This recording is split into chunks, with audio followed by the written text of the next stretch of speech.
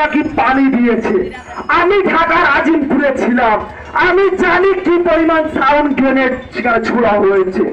9টি শিশু বাচ্চা যাদের বয়স 18 বছরের নিচে তারা শহীদ হয়েছে। কি দোষ করেছিল মিয়াগর? কি করেছিল ছোট বাচ্চাটি? বারান্দায় শুধু এসে দাঁড়িয়েছিল।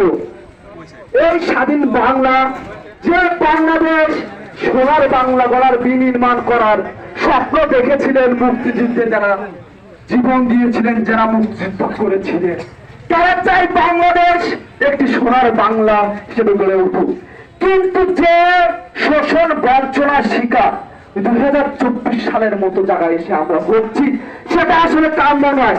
এখন কাপুরুষের মতো ঘরে বসে থাকলে হবে না, প্রত্যেকে নিজে জায়গায় কণ্ঠ সঞ্চার করতে হবে।